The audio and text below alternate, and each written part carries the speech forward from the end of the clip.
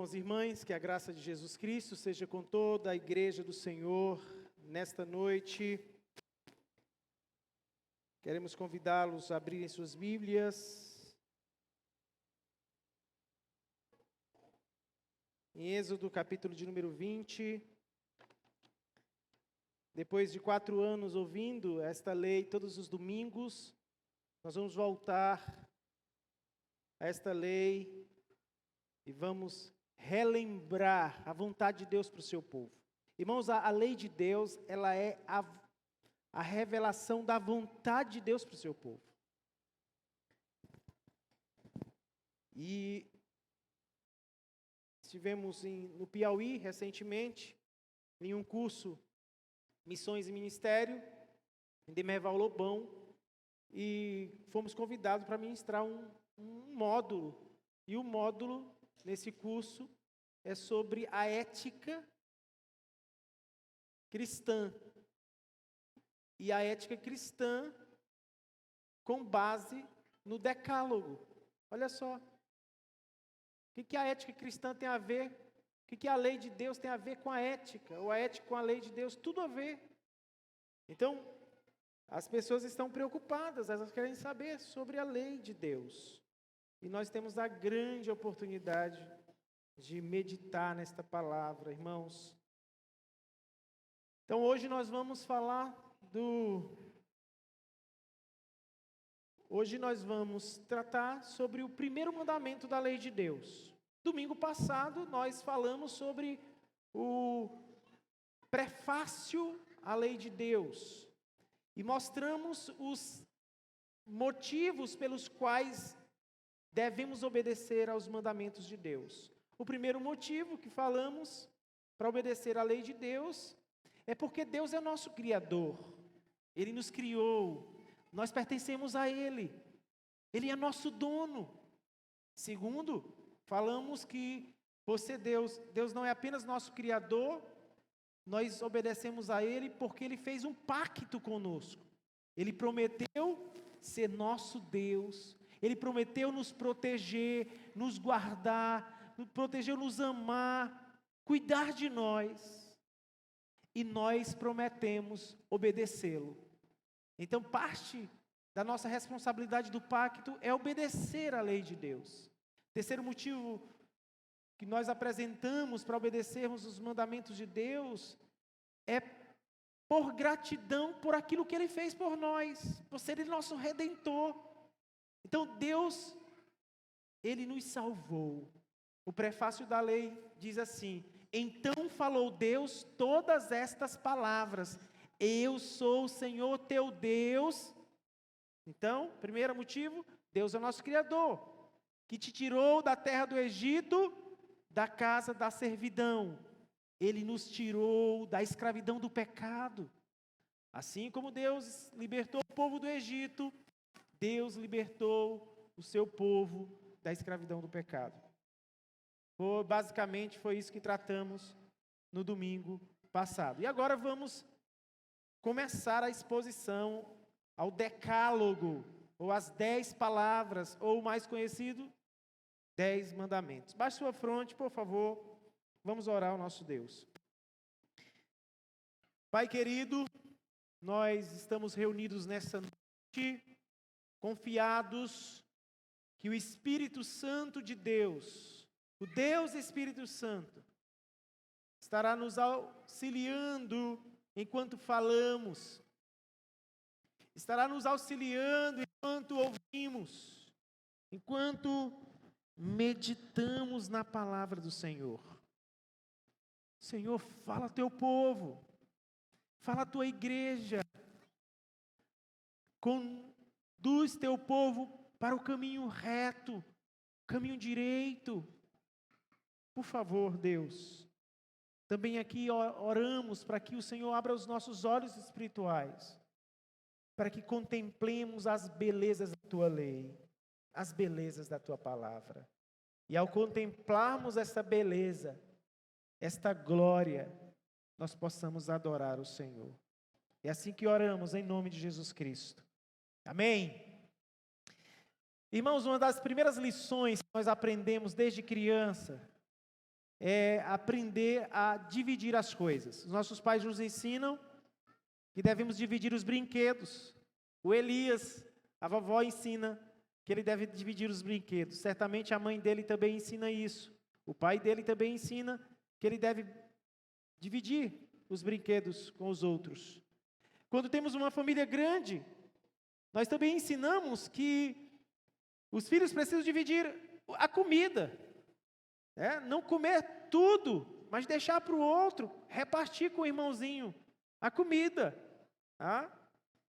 E os espaços, afasta um pouquinho, deixa espaço para o outro sentar.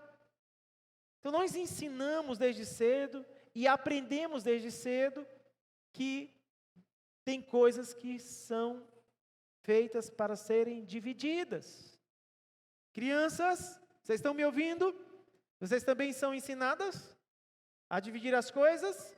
A Julie, a Isabelle ensina, aprende a dividir também os lápis, os papéis.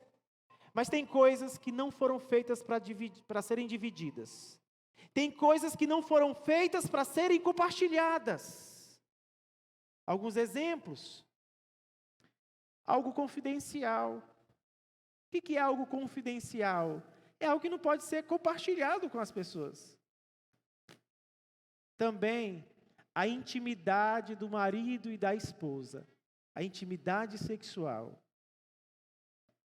Essa coisa não pode ser dividida com ninguém. Nós temos, além dessas, uma professora, quando passa a prova para aquele aluno, ela diz, não divida a resposta. Então, provas, as respostas não podem ser divididas. Não é verdade? Tem coisas que não foram feitas para serem divididas. E com Deus, será se tem coisas que não podem ser divididas em Deus? A Bíblia diz que Deus não divide sua glória com ninguém. Então tem coisas que não podem ser divididas. Não podem ser compartilhadas. Nesse caso específico, a glória de Deus. Ela não pode ser dividida com ninguém. É sobre isso que trata o primeiro mandamento. O primeiro mandamento da lei de Deus é: não terás outros deuses diante de mim. Esse é o primeiro mandamento da lei de Deus. Irmãos, aprendamos uma coisa. Por trás de todo mandamento negativo, existem mandamentos positivos. O que é negativo, o que é positivo? Negativo, o que eu não devo fazer. Positivo, o que eu devo fazer. Então, o código de ética cristão, que tem como fundamento o código de ética mosaico e o código de ética de Cristo, ele ensina questões negativas. Por exemplo, não matarás, não furtarás, não adulterarás, não dirás falso testemunho contra o teu próximo. São mandamentos negativos. Mas por trás dos mandamentos negativos, existem mandamentos positivos. Então hoje eu quero falar com vocês sobre o primeiro mandamento da lei de Deus e o que este mandamento proíbe e o que este mandamento exige. Tá bom? Mas antes eu quero que entendamos um pouquinho do contexto desta passagem de Êxodo 20. Para entendermos melhor o primeiro mandamento, nós precisamos entender o contexto da época dos israelitas. Lembrem-se, os israelitas tinham acabado de sair do Egito. Saíram do Egito. Quantas pessoas saíram do Egito? Mais de 2 milhões de pessoas saíram do Egito.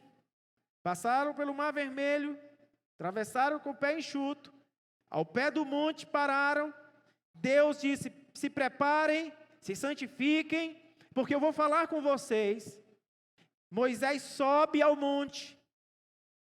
Moisés recebe a lei de Deus. Deus falando ao seu povo. Agora veja, irmãos e irmãs, a cultura desse povo era uma cultura politeísta, idólatra. Os egípcios, eles adoravam os deuses dos campos, da agricultura. Eles adoravam os rios, eles adoravam a luz, a escuridão, o sol, a tempestade. Então, os israelitas, eles estavam também envolvidos em idolatrias pagãs. O próprio texto de Ezequiel 20, 7 e 8 registra esta verdade, que os israelitas, antes de serem chamados para fazerem parte do pacto com Deus, eles adoraram outros ídolos. E mesmo depois, e aqui, diante desse contexto politeísta, Deus exige algo importante do seu povo: não tenham outro Deus diante de mim, ou além de mim. O que esse mandamento proíbe? Primeiro, e eu quero apresentar apenas uma proibição geral. O mandamento proíbe que pratiquemos todo tipo de idolatria. O texto diz: não terás outros deuses diante de mim. O que é um Deus? Letra minúscula. O que é um Deus? Martinho Lutero, no seu Catecismo Maior, escrito em 1529, pergunta 26. O que é um Deus? Ele responde que um Deus é aquilo que o nosso coração se apega e cujos cuidados se entrega. Lutero diz que o que quer que o homem ame, isso é seu Deus, pois ele o carrega no coração, vai a todos os lugares na companhia dele, dorme e acorda com isso. O que quer que seja, riqueza, bem-estar pessoal, prazer ou fama, esse é um Deus. Esse é um Deus. Lutero aqui deixa bem claro em seu catecismo que esta confiança pode ser dirigida ao Deus verdadeiro, como também ao ídolo. Ou seja, ter um Deus não significa outra coisa senão crer e confiar nele do fundo do coração. É o que ele dizia. Ter um Deus é confiar nele e crer nele do fundo do coração. Portanto, aquilo que dá vida, significado e segurança a alguém, esse é o Deus da pessoa. Gente, nós não temos ídolos aqui nas paredes. Nós não temos nenhuma imagem de escultura e podemos bater no peito e dizer: não somos idólatras. Nos enganamos em fazermos uma conclusão dessas de maneira precipitada. O Catecismo de Heidelberg, ele define a idolatria como ter ou inventar algo em que se confia no lugar ou ao lado do único Deus verdadeiro, o que se revelou em sua palavra. Então, idolatria, segundo o entendimento dos reformados e de uma perspectiva bíblica, é ter ou inventar algo em que se confia no lugar ou ao lado do único Deus verdadeiro. O que Deus está proibindo? Todo tipo de idolatria, seja ela feita de madeira, de gesso, ou de ouro, ou de prata, como os ídolos que surgem em nossos corações. Calvino chamava o coração do homem de uma fábrica de ídolos. Nosso coração produz ídolos todos os dias. Quando morre um, surge outro. E aqui temos um grande desafio: abandonar todo tipo de idolatria. Foi esse o desafio que Deus estabeleceu para aquele povo. Deus fez um pacto com eles, Deus os salvou, Deus disse, olha, eu tirei vocês do Egito, eu tirei vocês da escravidão, eu estou agora fazendo um pacto com vocês, agora vocês precisam cumprir esse pacto. E um dos deveres é não praticar nenhum tipo de idolatria. Feitiçarias, murmurações, maldições transgridem esse primeiro mandamento. Então, nós já temos o conceito de idolatria, que é ter ou inventar algo em que se confia no lugar ou ao lado do Deus verdadeiro. Nós já sabemos o que é um Deus ou um ídolo. É aquele em que nós cremos e confiamos no fundo do coração. É aquele que nós amamos, que nós depositamos todo o nosso coração e toda a nossa confiança. Eu pergunto a você nesta noite, em quem ou em que você deposita a sua confiança? Em que ou em quem você acredita no final das contas? Em quem você espera para lhe salvar?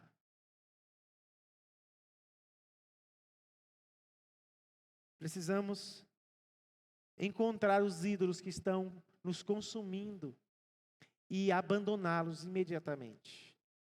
Então nós temos aqui no primeiro mandamento uma proibição.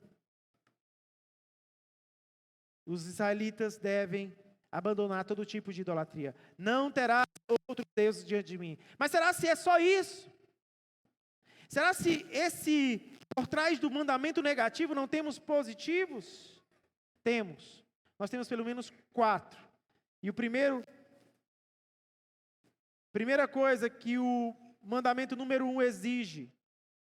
O primeiro mandamento exige fidelidade absoluta.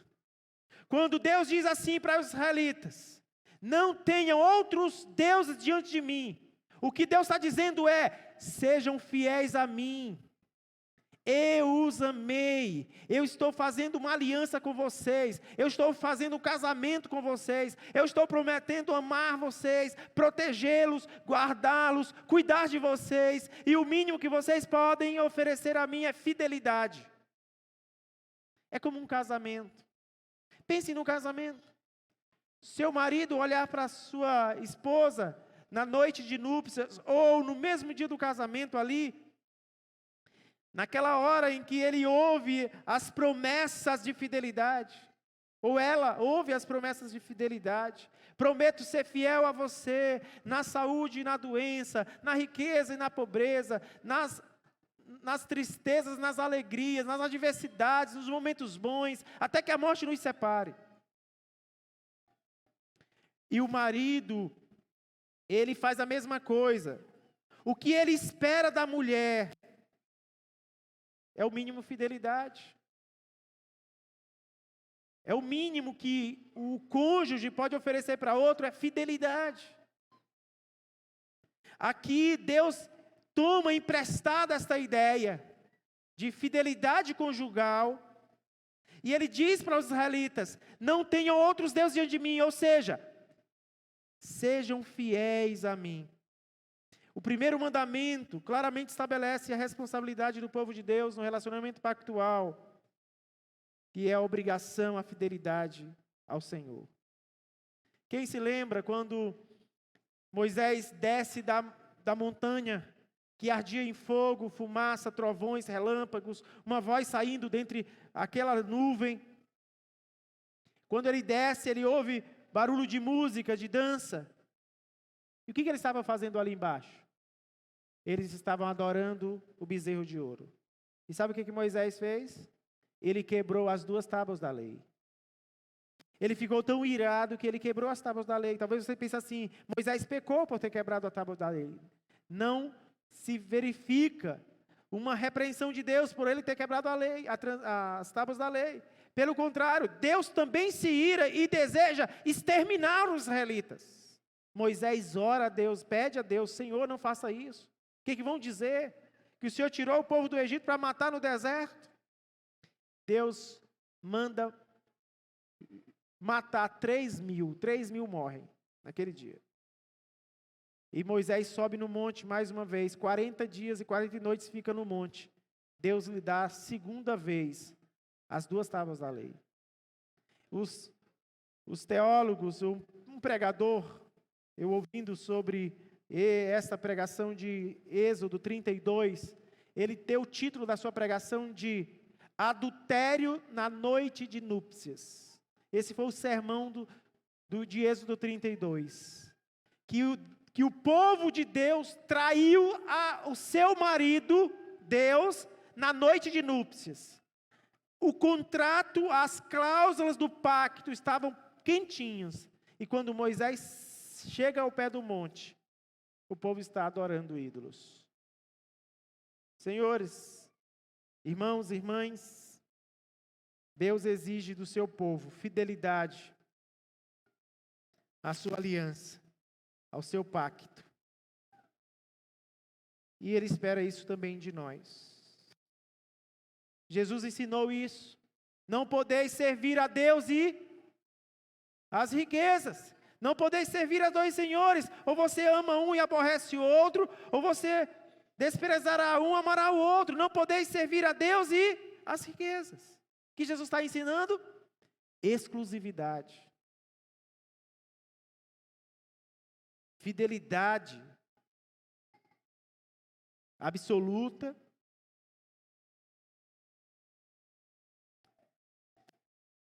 E é isso que Ele espera de nós. Como é que está nosso coração? Diante desse mandamento, não terás outros deuses diante de mim. Temos sido fiéis ao Senhor, ao seu pacto. Temos transgredido esse mandamento, colocando outros no lugar ou ao lado de Deus. Irmãos, nós temos praticado outros tipos de idolatrias, mais sutis do que de madeira, de gesso, de ouro. São os ídolos no coração. Existem livros que estão sendo escritos, lançados, vários e vários livros. Temos um livro da editora Fiel, Ídolos do Coração. Muitas mulheres já leram esse livro. Elisa Fitzpatrick. É, na verdade, Vida Nova, isso mesmo. E nós temos, na própria Vida Nova, Deuses Falsos, de Keller. Temos vários livros que tratam sobre ídolos. Obrigado por ter lembrado sobre a editora. Que mostra exatamente que os ídolos estão bem mais... Eles estão vindo de maneira bem mais sutil do que antes. A gente não consegue vislumbrar direito alguém, se ele é um idólatra ou não, simplesmente olhando para ele. Não, mas as suas ações e as minhas ações podem apresentar a nossa idolatria. Então nós temos aqui, o primeiro mandamento, ele exige fidelidade absoluta. O que Deus está dizendo é: eu salvei vocês, eu fiz um pacto com vocês, então sejam fiéis a mim. Não me traiam com outros. Deus pode fazer isso? Claro que Ele pode. Ele não somente pode, como Ele fez. Com base em quê?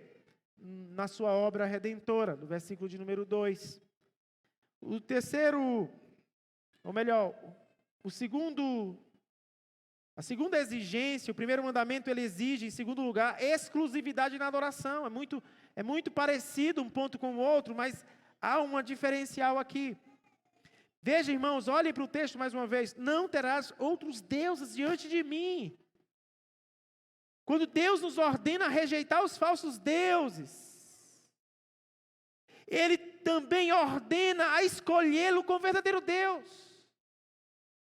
Irmãos, não existem outros deuses de fato, no sentido de que tem Deus, o Deus ele é o chefe dos deuses, existem deuses menores. Não existe nenhum Deus vivo e verdadeiro, só o Senhor. o Deus da aliança. Mas quando ele fala que não terás outros deuses diante de mim, ele está dizendo: não criem, não dependam, não acreditem em nenhuma outra pessoa ou coisa que não seja a mim. Creiam em mim, confiem em mim. Então, Deus está nos ensinando aqui, de maneira positiva, uma adoração exclusiva. Então, nós temos que ser fiéis, absolutamente, à aliança que firmamos com Deus. Nós devemos adorá-lo exclusivamente. Não tem e. Deus é. O e é um problema. Só existe ou e nunca é. Ou eu ou outro, mas nunca eu e outro. Ou seja, exclusividade. João Calvino, escrevendo sobre os 10 mandamentos nas suas institutas, no livro número 2, capítulo 8, ele apresenta 4 coisas que devemos a Deus: adoração, 2, confiança, 3, invocação e ações de graças. Então, 4 coisas que devemos a Deus. Só a Deus devemos adorar. Só devemos confiar em Deus. Lembra do profeta Jeremias? Em Jeremias 17? Maldito o homem que confia no homem. Bendito o homem que confia no Senhor. Então, confiança. Irmãos, nós confiamos muito nas coisas. Nós confiamos muito nas coisas. Só um exemplo: previdência social. Seguro. A apólice do seguro. Concurso. São todas coisas boas. Seguro, concurso. Mas eles não são Deus. E a gente precisa lembrar que a confiança é somente em Deus. Invocação. Você invocar, clamar, chamar Deus.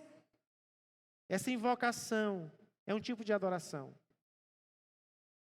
E por isso, algo que é exclusivamente a Deus. Agradecer de uma maneira, um culto de ações de graças. Os atos de ações de graças, eles são feitos a Deus.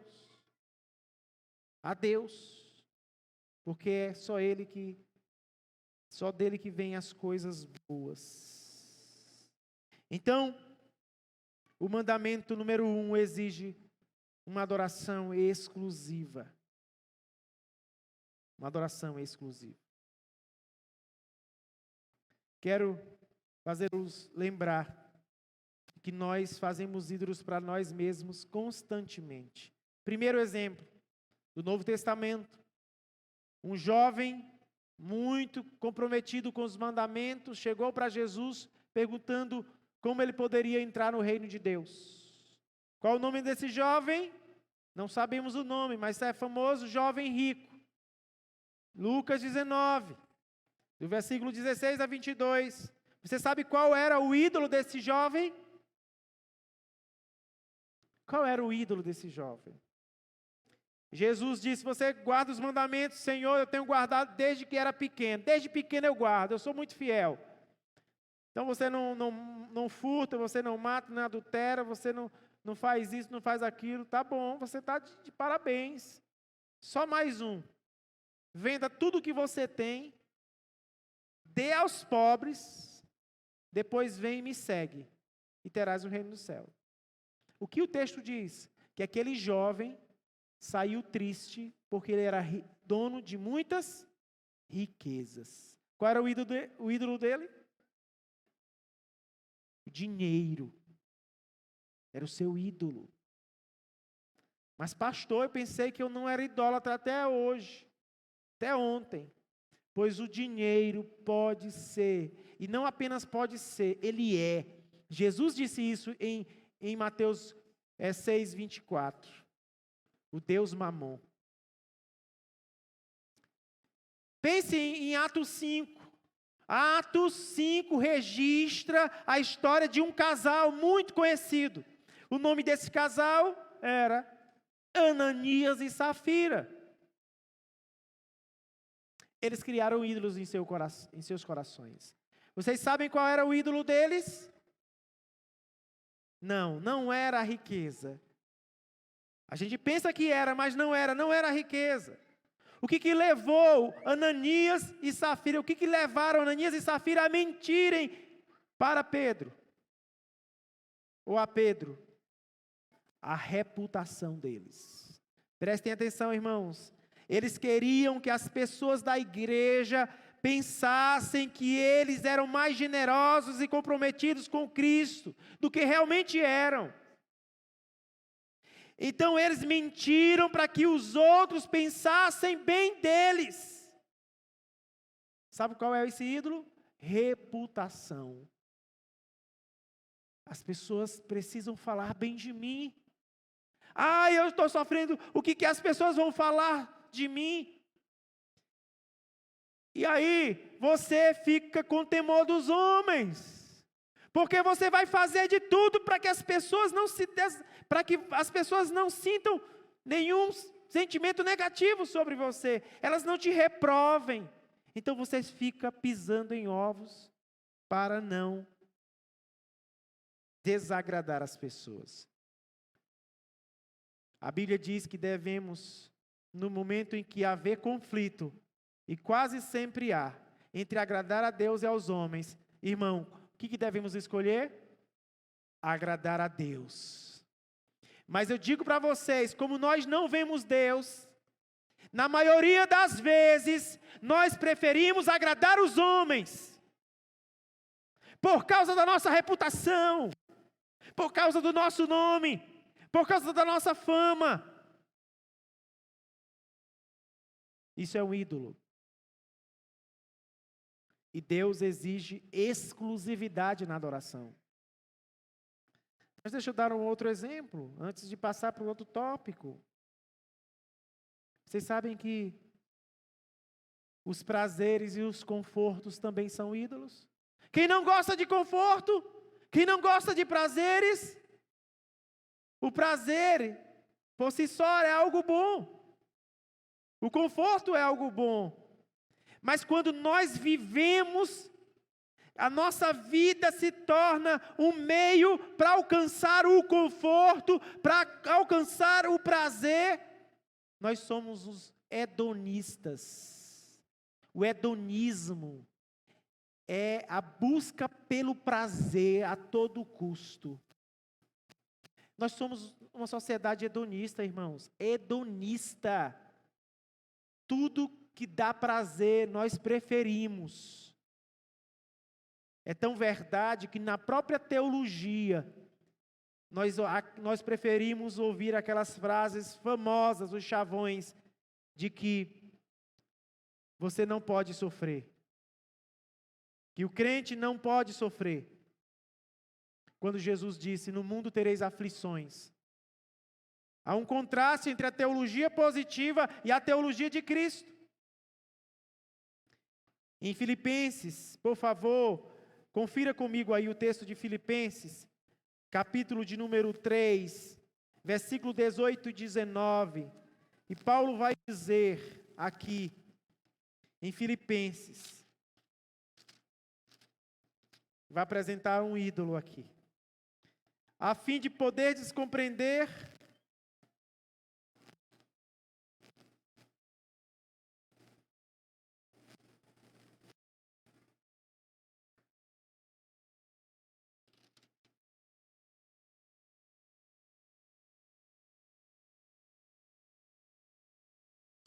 Filipenses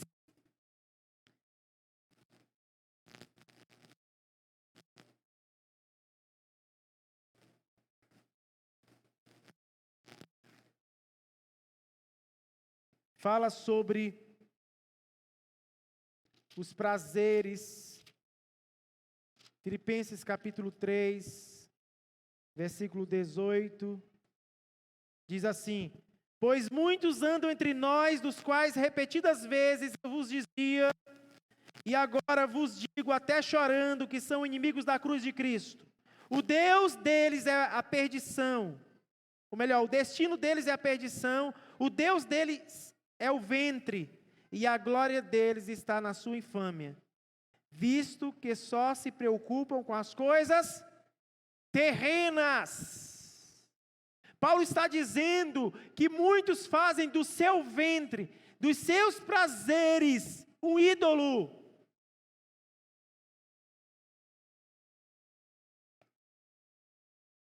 Em Colossenses 3, versículo 5, Paulo ainda apresenta um outro ídolo, a avareza. Fazei, pois, morrer a vossa natureza terrena, prostituição, impureza, paixão lasciva, desejo maligno e avareza, que é idolatria. Então, irmãos, Deus exige exclusividade na adoração.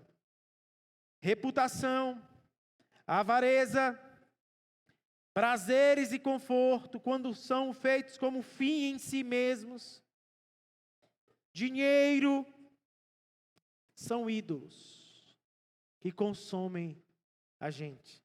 Eles são sanguinários. Eles exigem sacrifício. Eles exigem sacrifício. Então nós temos a segunda coisa que o primeiro mandamento exige, é a adoração exclusiva, ou exclusividade na adoração. O primeiro mandamento também exige total obediência. O que Deus faz aqui no texto? Primeiro ele apresenta o que ele fez, quem ele é e o que ele fez. Eu sou o Senhor teu Deus, que te tirei da terra do Egito. Ou seja, Deus salva, depois ele exige obediência.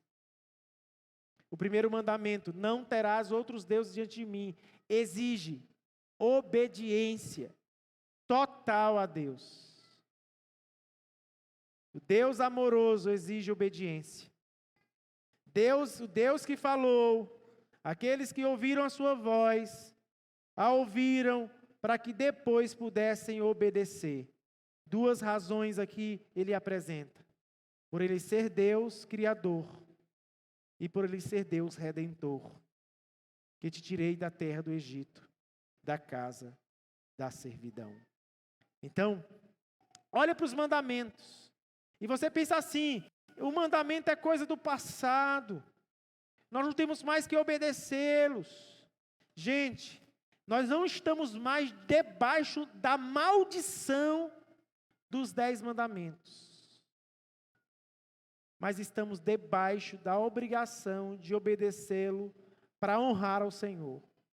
Não é para nos salvar, mas é para honrar o Senhor que nos salvou. Que crianças, vocês que estão me ouvindo aqui, vocês sabem quantos meses ou semanas a mãe de vocês carrega vocês no ventre? Pelo menos 39 semanas, que equivale a quase 10 meses. Quantas vezes ela foi ao médico fazer pré-natal, teve complicações na gravidez, e depois que o menino nasceu, adoeceu, foi ao médico, passou por cirurgias, tiveram problemas, despesas, tiveram que vender carro, às vezes vender casa, perdeu o emprego, para cuidar, para zelar, para proteger. E sabe o que eles esperam de vocês, crianças? Os pais. Alice, você escutem o que eu estou dizendo. Deus exige que o povo dele obedeça a ele.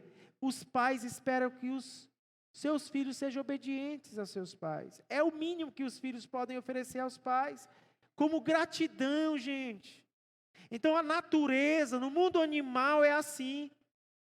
Os filhotes devem obediência aos pais. No mundo de Deus, no mundo dos homens, nós também devemos obedecer aos nossos pais e principalmente ao nosso Pai Celestial.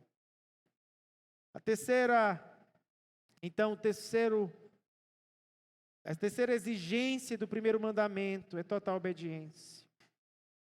Quem é suficiente para isso? Você é suficiente para isso? Você consegue obedecer toda a lei? Você consegue obedecer cada detalhe da lei?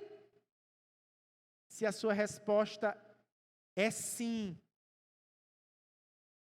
você agora é salvador de você mesmo. Você não precisa de Jesus. Mas se a sua resposta é não, Jesus é seu salvador. Jesus veio para cumprir aquilo que você não pôde cumprir.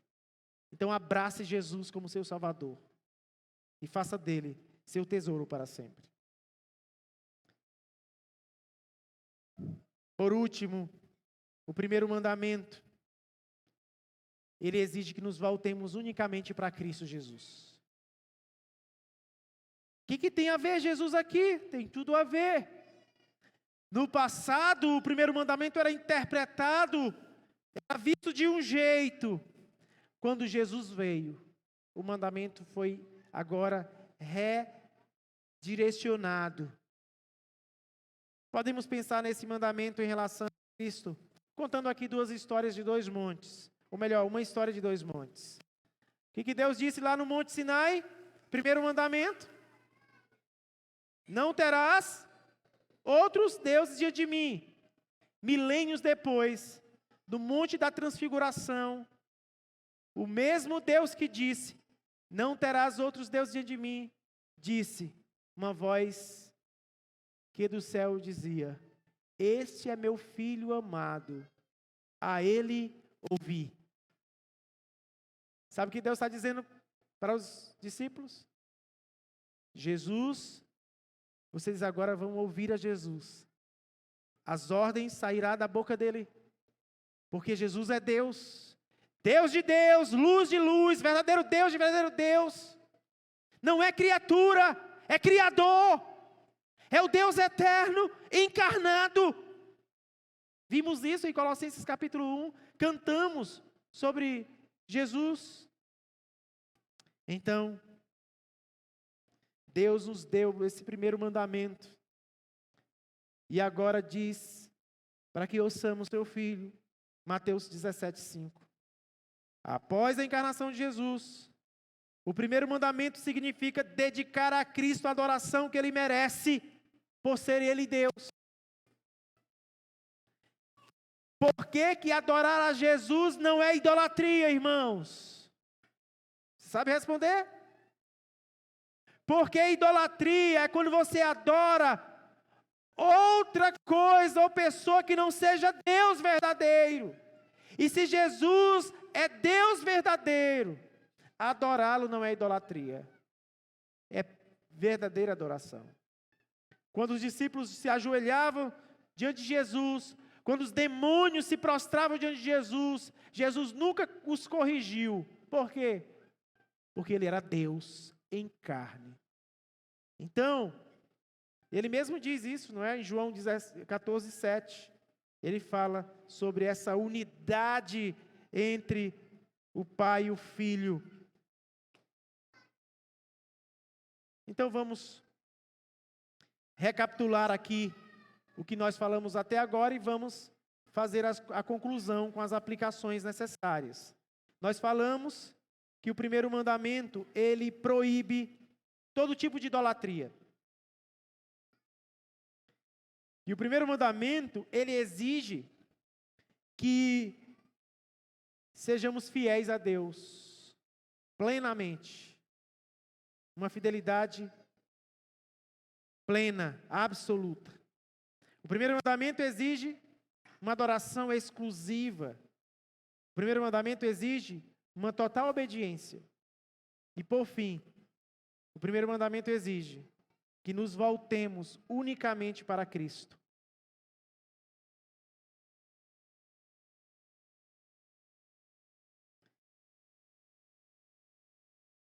Diante dessas coisas que acabamos de ouvir, eu faço uma pergunta a você que está aqui nesta noite.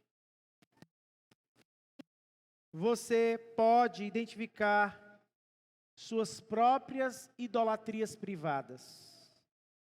Como podemos identificar nossas próprias idolatrias privadas? Por meio de 2 testes. O primeiro teste é o teste do amor. O que amamos? O que você ama ou deseja? Como você gasta seu dinheiro? Com o que você fica animado? Essas perguntas, as respostas a essas perguntas podem revelar o seu ídolo. Então, o primeiro teste é o teste do amor. O que você mais ama? O jovem rico amou o dinheiro. Ananias e Safira, a reputação. Os membros lá da cidade de Colossos e de Filipenses, seus ventres, os prazeres e os confortos. E você? O que você mais ama? Segundo teste é o teste da confiança. No que você confia?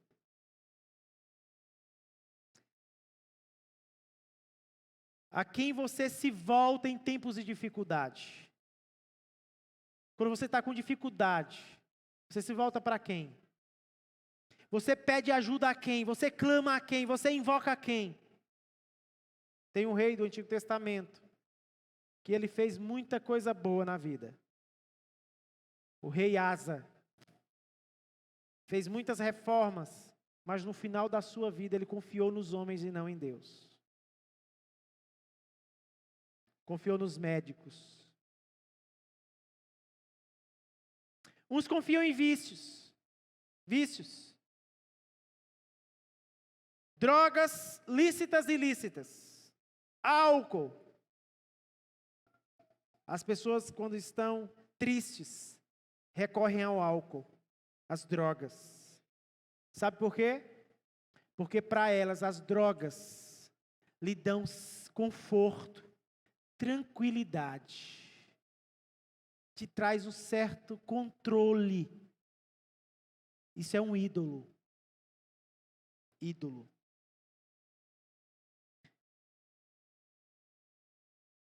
Quando estão solitários, desanimados, eles contam com as drogas, com os sexos, com as compras. Não tem a obsessão de comprar coisas? Estou muito triste, pega o cartão de crédito do marido, está brigado com o marido, pega o cartão de crédito e vai comprar. Porque acha que comprando vai lhe dar prazer. Vai ao shopping fazer compras. Irmãos, nós compramos as coisas que temos necessidade. Nós não podemos fazer das compras uma coisa de segurança, de prazer. Outros comem. Pastor, quando eu estou deprimida, eu começo a comer. Pode ser um ídolo.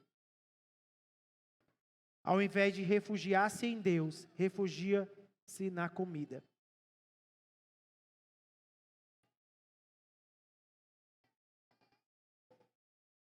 Outros confiam no trabalho,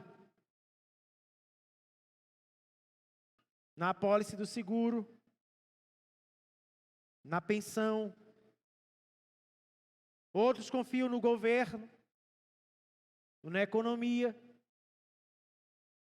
Outros confiam na família ou na sua posição social. Confiança. Outros confiam na ciência, na medicina. Irmãos e irmãs, Deus pode usar todas essas coisas para cuidar de nós e nos sustentar. Mas temos que colocar nossa confiança somente no Senhor. O que vai ser da minha vida se eu perder esse emprego? Deus vai te dar outro. O que vai ser da minha vida se eu adoecer? Deus vai cuidar de você. E se você morrer, você estará seguro para sempre. Porque não somos materialistas. Nós não cremos que a vida é só essa. Porque se nossa esperança se limitar apenas a esta vida, somos os mais infelizes de todos os homens. Salmo 20, versículo 7 diz: uns confiam em carros e outros em cavalos, mas nós confiamos no Senhor dos Exércitos.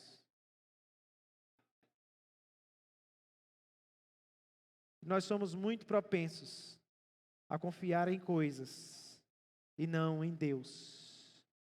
O que Deus quer fazer nessa noite, irmãos e irmãs, é nos libertar de adorar a nós mesmos e a todos os outros deuses nos quais somos tentados a servir. Deus quer nos libertar.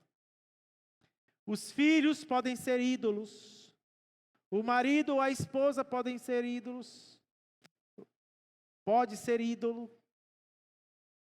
sua posição na igreja pode ser um ídolo.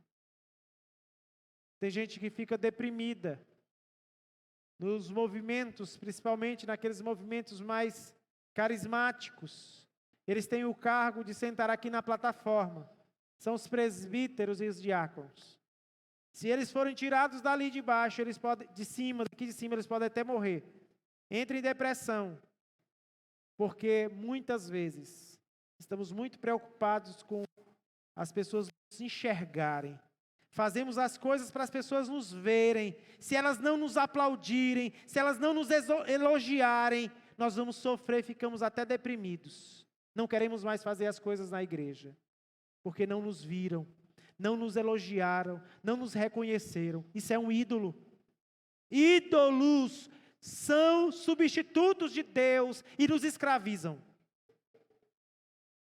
Deus quer nos libertar.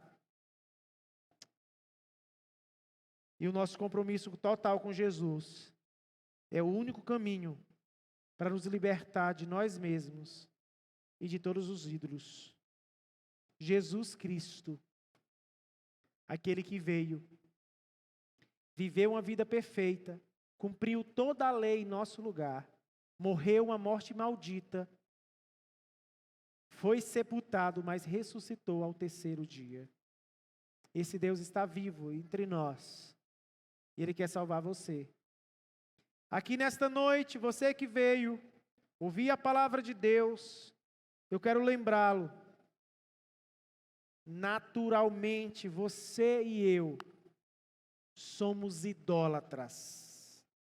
E o que Deus quer de nós essa noite é que abandonemos toda forma de idolatria e nos voltemos para o único Deus vivo e verdadeiro, e Jesus Cristo a quem Ele enviou.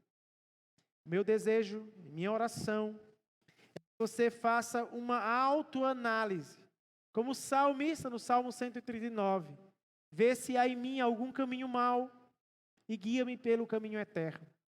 Que você saia daqui hoje pensando: Senhor, em que eu tenho sido idólatra? Em que tenho sido alguém que está adorando outros deuses além do Senhor? Será se eu tenho feito das pessoas e coisas ídolos? Se você tem feito isso, se volte para o Deus verdadeiro. É assim que nós oramos. Nosso Senhor, obrigado por esse tempo juntos aqui. Obrigado por Tua palavra, por esse mandamento de amor, porque cremos que por trás de uma proibição, o Senhor quer nos proteger, o Senhor quer cuidar de nós, o Senhor quer que depositemos toda a nossa esperança e confiança somente em Ti. Não porque o Senhor é egoísta, não, porque o Senhor não é. É porque não podemos encontrar satisfação em nenhum outro lugar. Só podemos encontrar satisfação, segurança, conforto, prazer em Ti. Senhor, nos faça pessoas que te amam de todo o coração. Que o Senhor seja para nós o primeiro lugar em nossa vida. Nos afasta de toda forma de idolatria. E que nos voltemos para Jesus, o nosso Deus, e o adoremos. Em nome dele nós assim oramos. Amém.